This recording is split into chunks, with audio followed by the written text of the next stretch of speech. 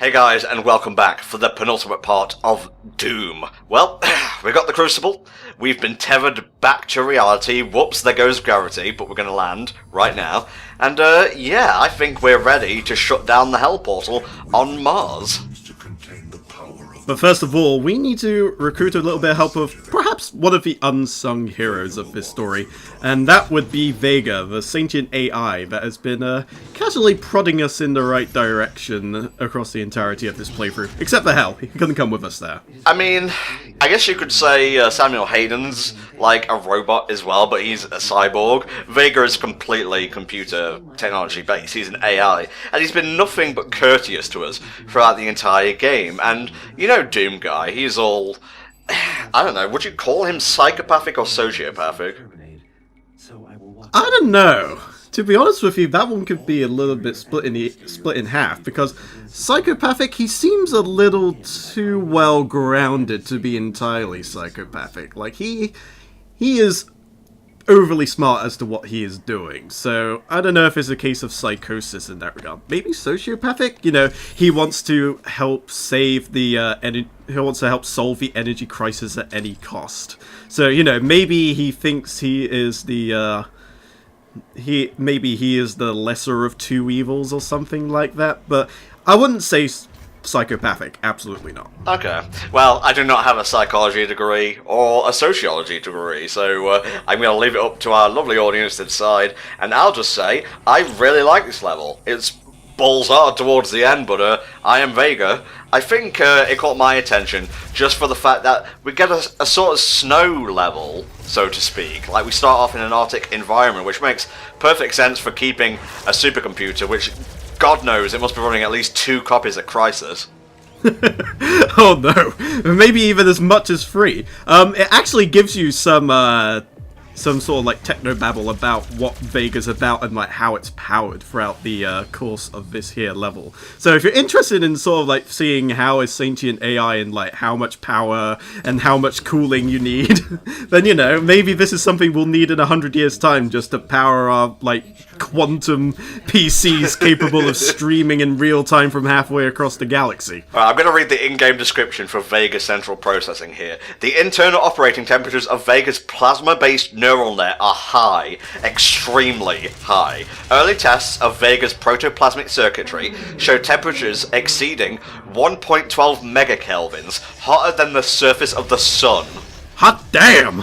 Damn indeed. To contain this level of heat, a massive supercooled structure needed to be built to house VEGA's miles of circuitry and millions of processing centers. There was built away from the Archer facility to ensure VEGA's secrets remain safe from prying eyes. Access to the VEGA polar core is strictly controlled.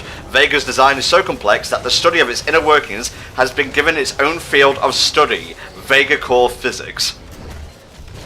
You know you've made something truly extraordinary where you actually have a line of physics named after it. I think people have like constructed like similar like buildings and operating systems just to try and decipher the Kingdom Hearts lore.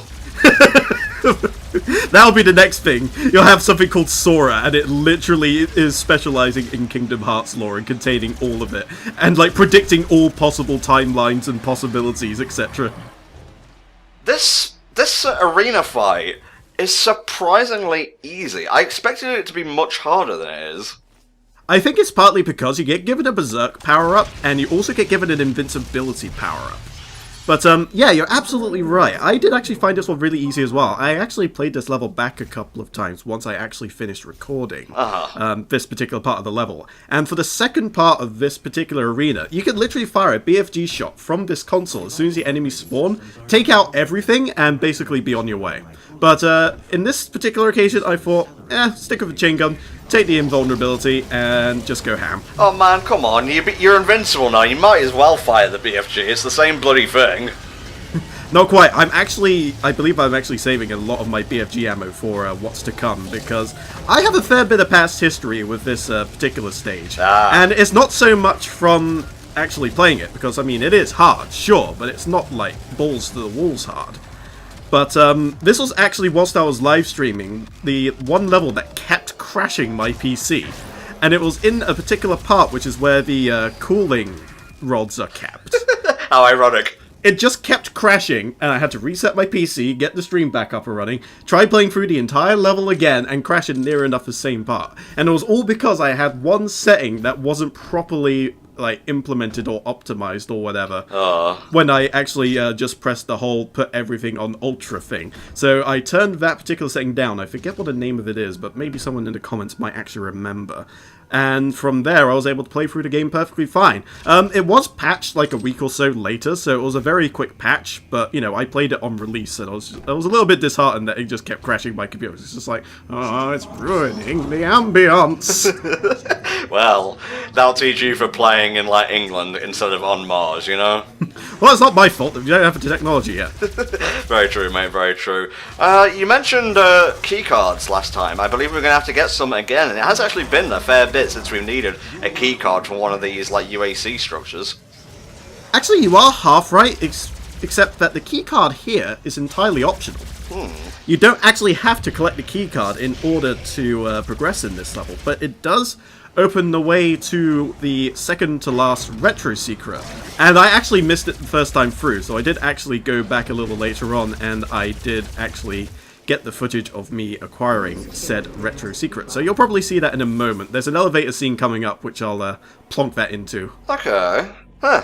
Well, you know, I don't mind being told if I'm learning something from the experience. If you're just calling me a big stinky doo-doo head, then it hurts my feelings, you know? Oh, never dream of it. There you go, come on. I was waiting for some enemies to pop up, and they did it in the most goofy, passive-aggressive way possible. It's like in like the early Resident Evil games, you know, where you're sort of like just ambling along this. Oh, fuck me! I actually completely forgot about that. Yeah, I bet you did. I was actually going to say, dude, there's a pinky coming up, and it's just like, nope. I completely forgot. That was not faked. I have not watched this footage back. Oh, this is a laugh from nervousness, from anxiety. Alright. I'm good now. I'm good. Just don't fucking let that happen again. Or I swear to God, you'll be out on your ass before the next recording session. I'm on the final part as well. God, you're heartless. So this is me looking around because I thought there would be a keycard somewhere around here, but I thought, maybe I was just imagining it. Sorry, I just imagined a pinky jumping out from a desk of drawers or something. You just like casually, you just open up like the teabag case or something like that. Pinky pops up. No, not again! Oh, how patient of them to wait in the elevator. What do you think they were talking about before he came by? Hell. Hell is nice this time of year. So how's the wife and kids? You know, it's hell on earth, I can tell you that much. Sacrificed, I suppose. Yeah, here we go. This is where we're meant to go. Yeah, this is the flashback scene of this particular part. Oh, right. Yeah, because there was a crossfade. My bad. I should really pay attention more. That's right. I love the fact that they are not alluding to the fact at all that there might be a blue keycard in this Buhud corridor. Oh, yes. Really not paying attention. I'm going back to the wiki, where I know things to be true. Artificial intelligence. A note for all advocates regarding VEGA. At times you may feel as though your every move is being watched, as if there is no privacy, and that even your deepest thoughts are being analysed and processed by VEGA. You are not paranoid. This is indeed happening, but it is nothing to fear. VEGA's intelligence is vast, and his power immense, but he is not omnipotent. Like all of us, his existence is monodimensional. He needs Argent energy to survive. His circuits and cooling reserves are mechanical and can break down. At the end of his age, he will be another trophy for the Dark Masters, destined for display on the Grand Step. It is essential for you to recognise VEGA for what he is, another tool to help open the gates, and nothing more. Like us, he can be manipulated and controlled. The vast intellect and understanding of the Titans of Hell far exceed anything VEGA is capable of understanding. Ultimately, his intelligence, like ours, is artificial. Nice. I do like the fact that it's just like, yeah, you know what, he's just cataloguing all your thoughts, but, you know, it's fine, there's no need to fear. I kind of appreciate them saying, just for once, you know, you're not paranoid, this is actually happening, the government is out to get you. Yeah, I mean, it makes you feel a little bit more assured. It's just like, I guess paranoia distracts you from the whole summoning the demons dealio. Yeah. You know, you gotta make sure you maintain that focus. That's just good team building right there. But I don't know, I just like this level. Like, it's a very I think it's the cool hues. Like, there's an overuse of blues here, as opposed to, like, the reds we've encountered around Hell and other areas of UAC. And there's a lot of orange as well, which contrasted beautifully with the blue, as in every movie poster since the dawn of time. You do raise a very good point. Seeing as you're used to all, like, the Hell and, like, the red Argent energy and what have you, seeing something take more of a blue cooling tone is, something that you don't actually see very often in a game such as Doom. I mean, I think the closest you really got was in Doom 2 when you go back to Earth and you have like all the cityscapes and what have you. But yeah, you never really get to see it very often here, and I'm glad they kind of did that. I thought you could actually blow those up, apparently not. Well, get ready for a real shit show, mate, because this is where shit gets real. Oh yes, this is the infamous room where I indeed suffered all those crashes. This is also one of those levels just in general where even if you had the beefiest machine known to mankind, the chances are you're probably still going to experience a few frame drops. I have no idea why. Maybe it's just the way they built the levels, or just the sheer amount of ambient lighting, whether it be subtle or completely in your face they have going on. I don't know, it's an anomaly of frame rate. Nice marine maneuver there, mate, but yeah, maybe you should focus less on rolling and more on trolling, you know what I'm saying? He was the Marine that watched all those action movies growing up as a kid. He's like, one day I'm gonna be like that, and I'm gonna like do a double backflip and shoot someone in midair, and then do the superhero landing. It's gonna be great. And then he fucks it up and gets killed by the Doom Guard. He's just like, shit. Oh, Jesus. Yeah, make sure you have some BFG ammo on standby. And by the by, the very last thing that we have to destroy, the cooling tank, I was lost for like a minute or two, having destroyed everything, so it was a very lonely jaunt around this place. But it's actually not in like a circle, it's actually underground, like through a tunnel. Well, actually, in the case of this footage, I believe what actually ended up happening was, I can't remember if it was like a BFG shot that did it, but I have reason to believe that one of the denizens of Doom actually destroyed one of the cooling towers for me. Because I destroyed two at the same time, the third one and the fourth one. And I spent ages trying to figure out what the hell happened, because I thought, I could have swore I only destroyed three. What's going on here? But for some reason, the fourth one got taken out pretty much at the same time. So whether it was the BFG's doing or a demon's doing, I don't know. But there was something kind of neat I noticed when I was looking back at this footage.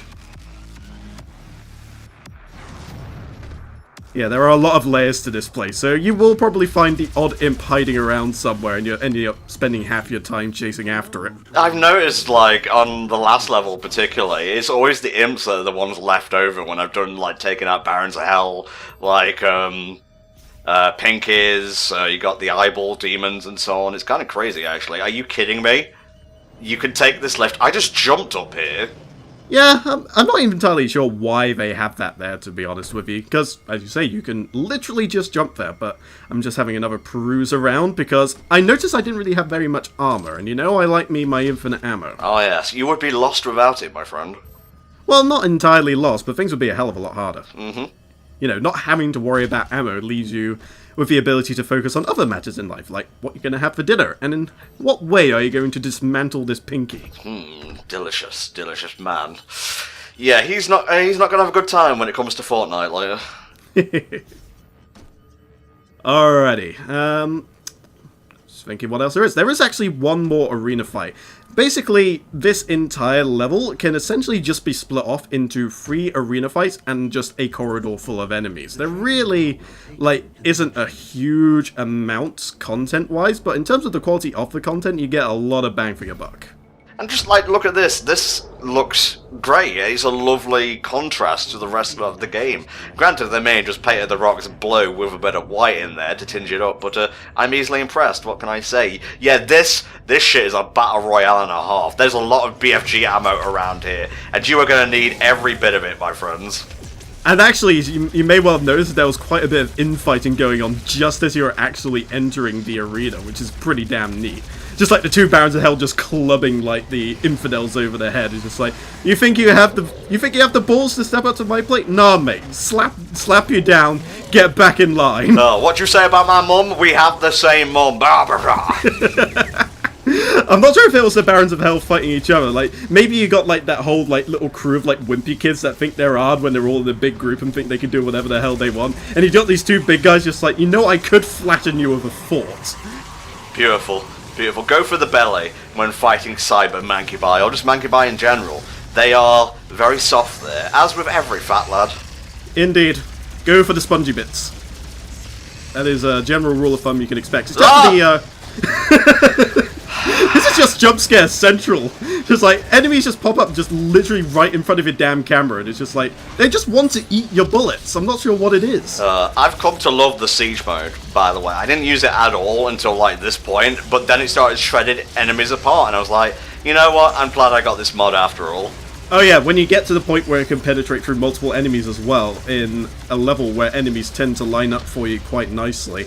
If you can get the right vantage points, you are in a very good position. But then again, BFG does a pretty damn good job too.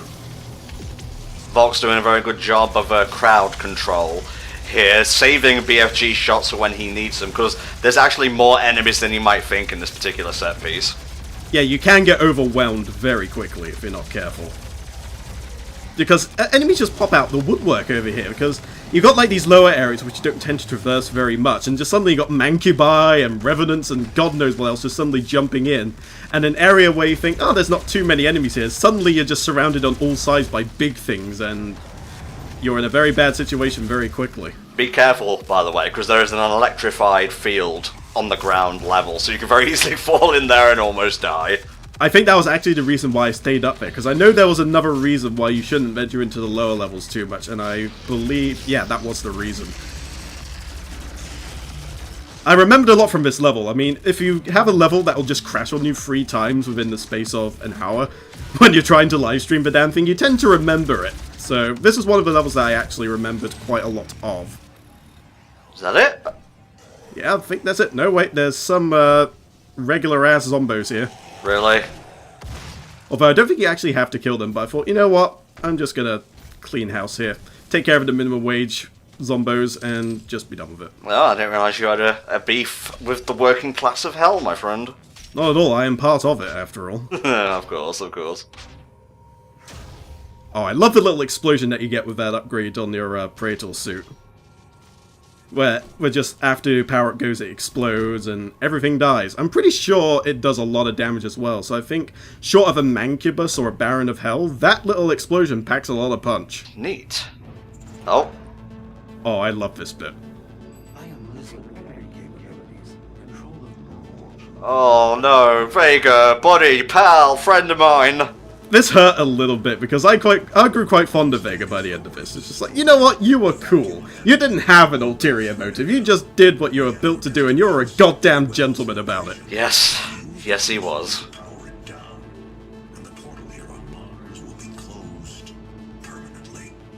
I love the build-up in this, it's so good. Sometimes being railroaded in a first-person shooter in a cinematic fashion is fine. I think Bioshock Infinite does it well. I'm not talking about the story here, I'm talking about the atmosphere and the pacing of the levels and whatnot. And I mean, just look at, there's no enemies here, it's just this. You're shutting down Vega itself.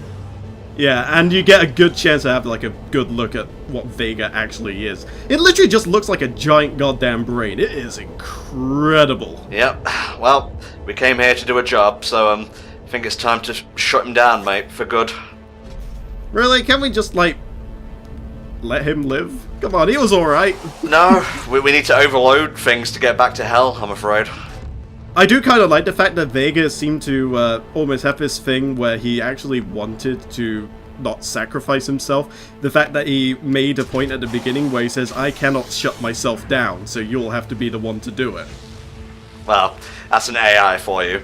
I suppose pay very close attention to what happens here, by the way, because it shows that underneath the gruff exterior, there might be a heart of gold within the Praetor suit of the Doom guy. And if you notice as well, Vega literally says right there, I have many regrets, Mr. Hayden. A gentleman should never leave a lady behind, Doom guy. Very, very nice job with that level, mate. It's harder than he made it look. Alright guys, that'll do it for the penultimate part of Doom. But come back tomorrow, where we'll be finishing things off. Are you ready to finish off Doom 2016, Volk? Hell yeah. Hell yeah, indeed. We'll see you guys next time. Bye bye.